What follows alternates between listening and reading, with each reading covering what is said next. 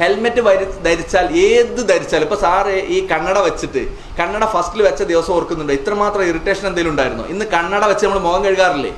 കണ്ണട വെച്ച് മുഖം കഴുകും, കണ്ണട നമുക്ക് ഓർമ്മ ഉണ്ടാവില്ല. അതുപോലെ തന്നെ ഹെൽമെറ്റ് എന്നല്ല ഏത് ഫോറിൻ ബോഡിയും ശരീരത്തിൽ വരുമ്പോൾ ഉണ്ടാകുന്ന ഇറിറ്റേഷൻ ഉണ്ടാവും.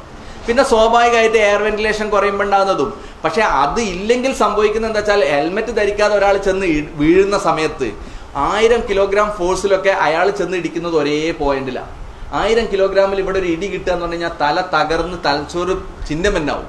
അതേസമയം ഹെൽമെറ്റ് വെച്ചാൽ മൊത്തം ഇതിന്റെ ഏരിയയിലാണ് അത് വരുന്നത്. അത് ഏകദേശം 100 സ്ക്വയർ സെന്റിമീറ്ററോളം ഉണ്ടാവും ആ റൗണ്ട് ഫിഗർ.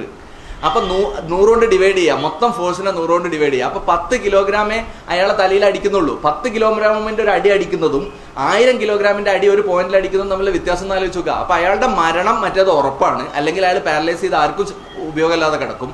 അതല്ലെങ്കിൽ അയാൾ രക്ഷപ്പെടും. അതും 50 സ്പീഡ് വരെ ഗ്യാരണ്ടി ഉള്ളൂ. കാരണം ഹെൽമെറ്റ് ഡിസൈൻ ചെയ്തിട്ടുള്ളത് 15 മൈൽസിനാണ്. ഹെൽമെറ്റ് ഡിസൈൻ ചെയ്തിട്ടുള്ളത് 15 മൈൽസ് പെർ അവറിനാണ്. കാരണം അതിൽ കൂടുതൽ ഡിസൈൻ ചെയ്താൽ നിങ്ങളെ തലക്ക് താങ്ങാൻ പറ്റില്ല. മെറ്റൽസ് ഡെവലപ്പ് ചെയ്ത് വന്നു. പണ്ട് ഇരുമ്പ ഉപയോഗിച്ചിരുന്നത്, ഇപ്പൊ ഫൈബറാണ് ഉപയോഗിക്കുന്നത്.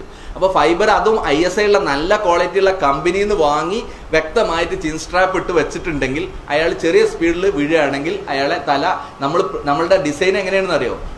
ആദ്യം മോട്ടോർ സൈക്കിൾ വീഴുന്ന സമയത്ത് ഷോൾഡറൊക്കെ തട്ടും, എന്നിട്ട് ഡ്രാഗ് ചെയ്ത് പോയിട്ട് തല ഇടിക്കും. അങ്ങനെ വരുമ്പോൾ 15 സ്പീഡ് ഉണ്ടാവുള്ളൂ എന്ന ഒരു ധാരണയിലാണ് അത് ചെയ്യുന്നത്. ഈ ഒറ്റ മക്കളുള്ളവരാണ് ഈ മോട്ടോർ സൈക്കിൾ ആക്സിഡന്റ് നഷ്ടപ്പെട്ടിട്ട് കരഞ്ഞുകൊണ്ടിരിക്കുന്നത്. അപ്പൊ നമ്മളെ കുട്ടികളും നമ്മളിപ്പോൾ വീട്ടിൽ നിന്ന് മോട്ടോർ സൈക്കിൾ ഒന്നും വാങ്ങിക്കൊടുത്തിട്ടില്ല, പക്ഷെ സ്കൂളിലേക്ക് പോയി.